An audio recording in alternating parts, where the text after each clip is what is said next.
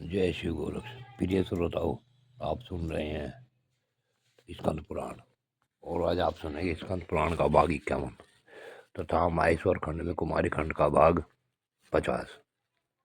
श्रोताओं, आपने पिछले भाग में सुना कि महर्षि विश्वामित्र ने कुमार कार्तिकेय के 100 नाम 8 से स्तुति की। इससे उन्होंने प्रसन्न होकर कुमार ने उन्हें वरदान दिए।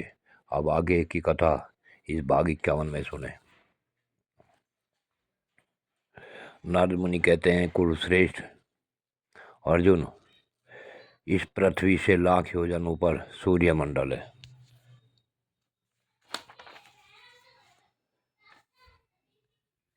वेद के 7 जो छंद है वे ही सूर्य रथ के 7 घोड़े हैं।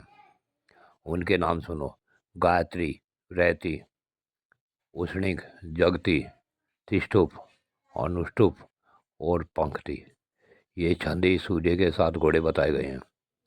सदा विद्यमान रहने वाले सूर्य का न तो कभी अस्त होता और न वह कभी उदय ही होता है। सूर्य का दिखाई देना ही उदय है और उसका दृष्टि से ओझल हो जाना ही अस्त है। इंद्र, यम, वरुण और कुबेर इनमें से किसी एक की पुरी में प्रकाशित होते हुए सूर्यदेव शेष 3 पुरी और 2 त्रिकोणों यानी कोनों को प्रकाशित करते हैं तथा जब किसी कोण की दिशा में स्थित होते हैं तब वे शेष 3 कोणों और 2 पुरियों को प्रकाशित करते हैं। उत्तरायण के प्रारंभ में सूर्य मकर राशि में जाते हैं। उसके पश्चात वे कुंभ और मीन राशियों में एक राशि से दूसरी राशि पर होते हुए जाते हैं। इन तीनों राशियों को भोग देने पर सूर्यदेव दिन और रात दोनों को बराबर करते हुए विषुवत रेखा पर पहुंचते हैं। उनके बाद से प्रतिदिन रात्रि घटने लगती है और दिन बढ़ने लगता है। फिर मेष तथा वृष राशि का अतिक्रमण करके मिथुन के अंत में उत्तरायण के अंतिम सीमा पर उपस्थित होते हैं और कर्क राशि पर पहुंचकर दक्षिणायन का आरंभ करते हैं। संध्या काल आने पर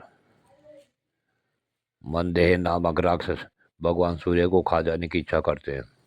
उन राक्षसों को प्रजापति का यह शाप है कि उनका शरीर तो अक्षय रहेगा परंतु मृत्यु प्रतिदिन होगी। अतः संध्या काल में उन राक्षसों के साथ सूर्य का बड़ा भयानक युद्ध होता है। उस समय द्विज लोग गायत्री मंत्र से पवित्र किए जल का जो अर्घ देते हैं उससे पापी राक्षस जल जाते हैं। इसलिए सदा संध्या उपासना करनी चाहिए। जो संध्या उपासना नहीं करते वे कृतघ्न होने के कारण रौरव नरक में पड़ते हैं। धाता, अर्यमा, मित्र, वरुण, विश्वान, इंद्र, पूषा, सविता, भग, त्वष्टा और विष्णु ये 12 आदित्य चैत्र आदि मासों में सूर्यमंडल में अधिकारी माने गए हैं। सूर्य के स्थान से लाख योजन दूर चंद्रमा का मंडल स्थित है। चंद्रमा से पूरे 1 लाख योजन ऊपर संपूर्ण नक्षत्र मंडल प्रकाशित होता है। नक्षत्रों की संख्या 80 समुद्र 14 अरब और 20 करोड़ बताई गई है।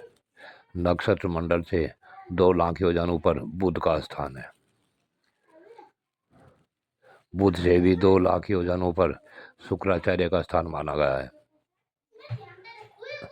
शुक्र के 6 लाख योजन ऊपर मंगल है। मंगल से 2 लाख योजन ऊपर देव पुरोहित बृहस्पति का स्थान माना जाता है। बृहस्पति से 2 लाख योजन ऊपर शनेश्वर का स्थान है। राहु की स्थिति सूर्यलोक के नीचे मानी गई है। शनेश्वर से 1 लाख योजन ऊपर सप्त ऋषियों का मंडल है और उनसे भी लाख योजन ऊपर ध्रुव की स्थिति है। ध्रुव समस्त ज्योतिर्मंडल के में यानी केंद्र हैं। वे ही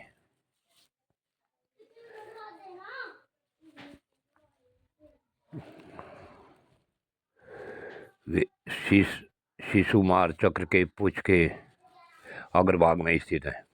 इन्हें भगवान वासुदेव का सर्वोत्तम एवं अविनाशी भक्त कहते हैं।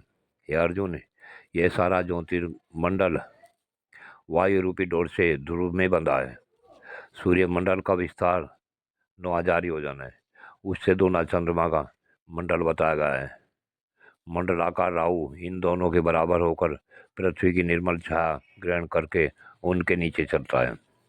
शुक्राचार्य का मंडल चंद्रमा के 16वें भाग के बराबर है। बृहस्पति मंडल का विस्तार शुक्राचार्य से 1/4 कम है। इसी प्रकार मंगल, शनिश्चर और बुध ये बृहस्पति की अपेक्षा भी 1/4 कम है। नक्षत्र मंडल का परिणाम 500, 400, 300, 200 तथा 100 से लेकर कम से कम 1 योजन आध योजन तक का है। इससे छोटा कोई नक्षत्र नहीं है। पृथ्वी पर स्थित जहाँ पैदल आ जा सकते हैं, अर्थात नाव आदि के द्वारा आ जा सकते हैं, उसे भूलोक कहते हैं। भूमि और सूर्य के मध्यवर्ती लोक को भूअरलोक कहते हैं।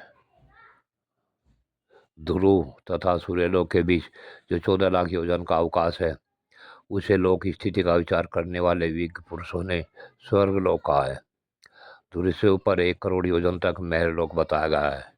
उससे ऊपर 2 करोड़ योजन तक जनलोक है तथा सनकादि निवास करते हैं। उससे ऊपर 4 करोड़ योजन तक तपोलोक माना गया है, जहाँ बहराज नाम वाले देवता संताप रहित होकर निवास करते हैं। तपोलोक के ऊपर उसकी अपेक्षा 6 गुने विस्तार वाला सतलोक विराजमान है, जहाँ ऐसे लोग निवास करते हैं जिनकी पुनर्मृत्यु नहीं होती, अर्थात जो वहीं ज्ञान प्राप्त करके ब्रह्मा जी के साथ मुक्त हो जाते हैं। इस संसार में उनकी पुनरावृत्ति नहीं होती। सतलोक ही ब्रह्मलोक माना गया है। उसके ऊपर 18 करोड़ 25 लाख योजन परम कल्याण में धाम प्रकाशित होता है। उसकी कहीं उपमा नहीं है। यह सर्वोपरि विराजमान है।